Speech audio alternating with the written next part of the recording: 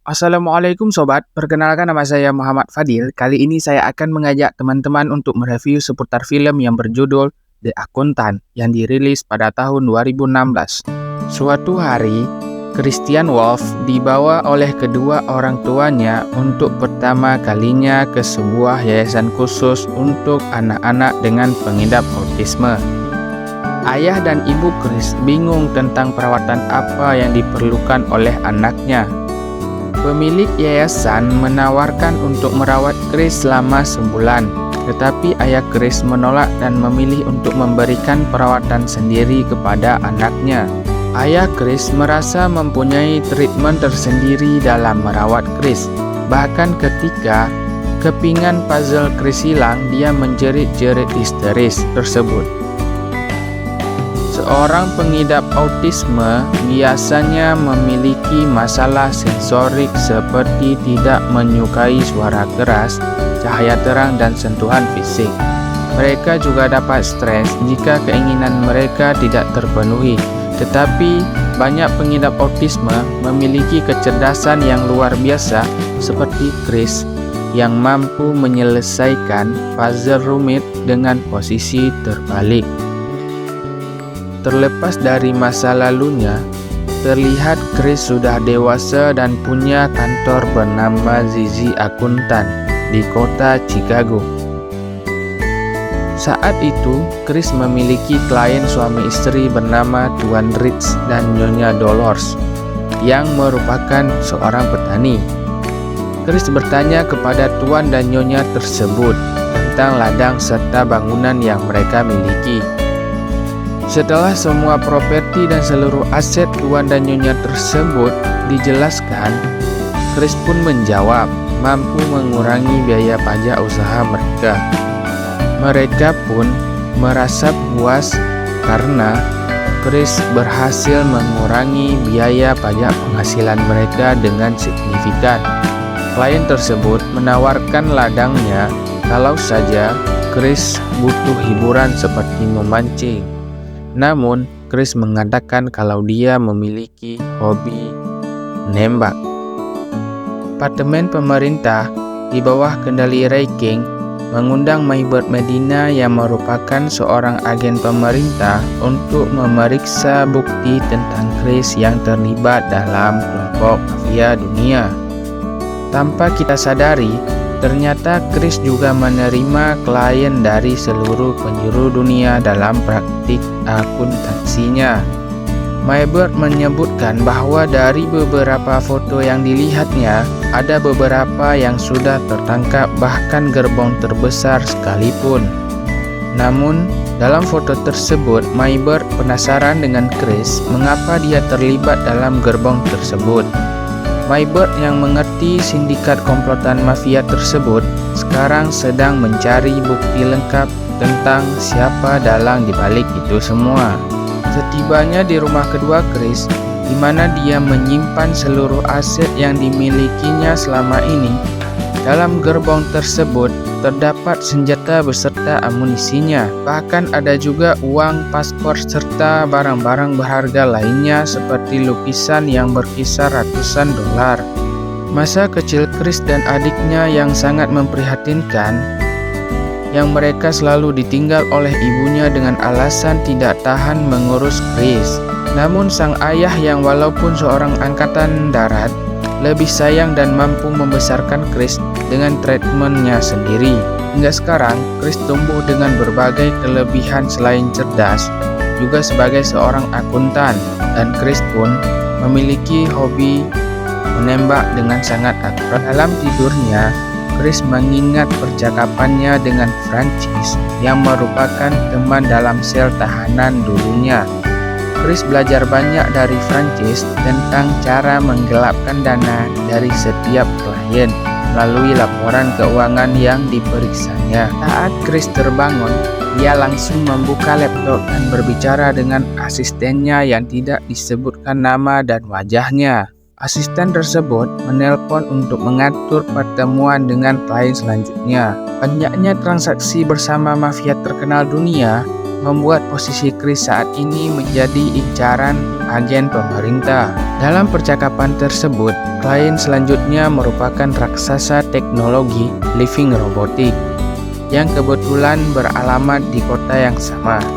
Tugas Chris kali ini adalah mengaudit dugaan penggelapan uang di perusahaan yang diduga dilakukan oleh Ed Chilton, kepala keuangan perusahaan tersebut. Esokan harinya, Chris datang ke perusahaan tersebut dan menemui Ed Chilton beserta rekannya dan berbincang tentang keuangan perusahaan tersebut. Chris mulai menginterogasi dan menanyakan seputar perusahaan. Dia pun bertanya, "Sudah berapa lama kamu berada di jabatan sebagai kepala keuangan perusahaan ini?" Chris mengungkapkan bahwa Ed Chilton melakukan penggelapan, namun dia merasa tidak terima dituduh seperti itu. Chris yang sudah mencurigai si Ed Chilton ini, dan Chris pun mengeluarkan selembar kertas yang di dalamnya terdapat permintaan data keuangan selama 15 tahun terakhir, beserta seluruh aktivitas transaksi yang dilakukan. Esokan harinya, Chris memulai pekerjaannya dan bertemu dengan seorang wanita bernama Dana Chaming. Dana adalah salah satu pegawai magang di sana.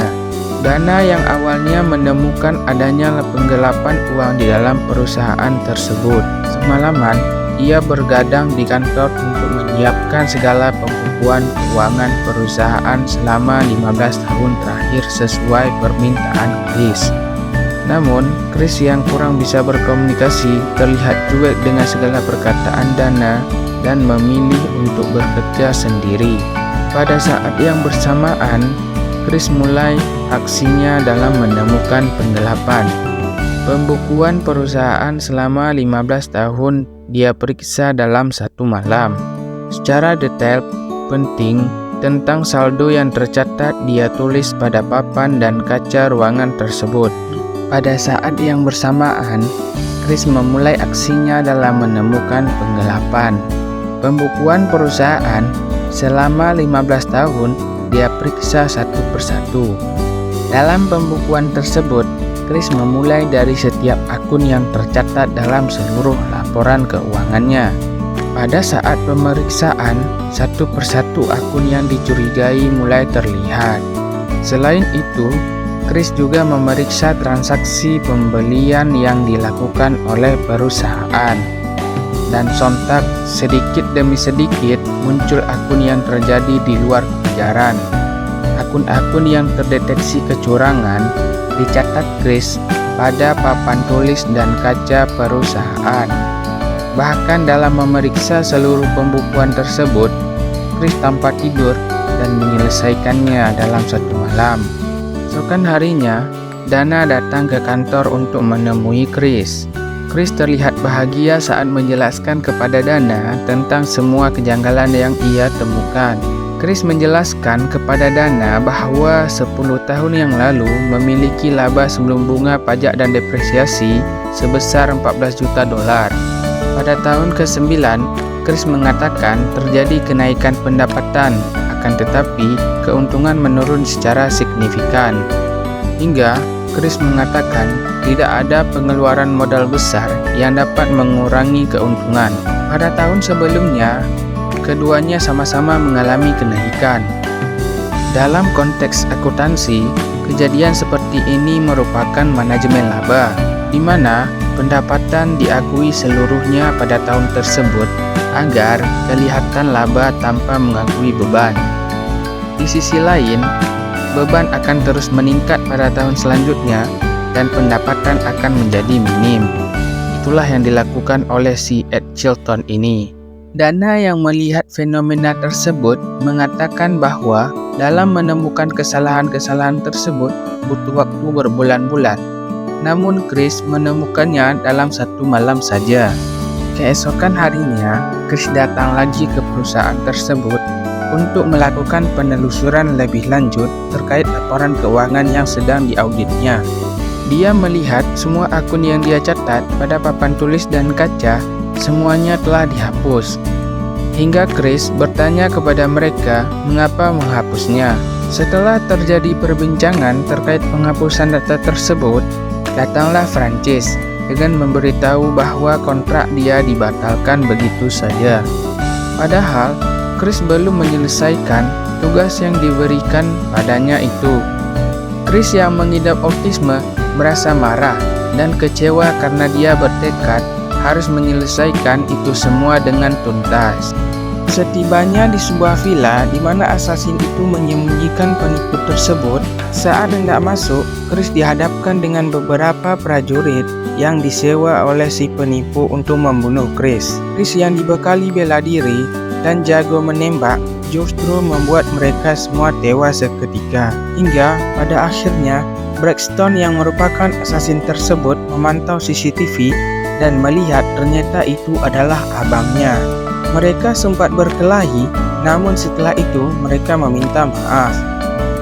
Hingga pada akhirnya keluarlah Lamar dari kamar persembunyiannya yang merupakan dalang di balik penggelapan uang perusahaan tersebut. Cerita, Dana mendapat kiriman paket berupa lukisan yang sangat indah. Namun di sisi lukisan ternyata dilapisi dengan lapisan palsu. Dan akhirnya Dana pun mendapat lukisan yang selama ini dia inginkan dari Chris.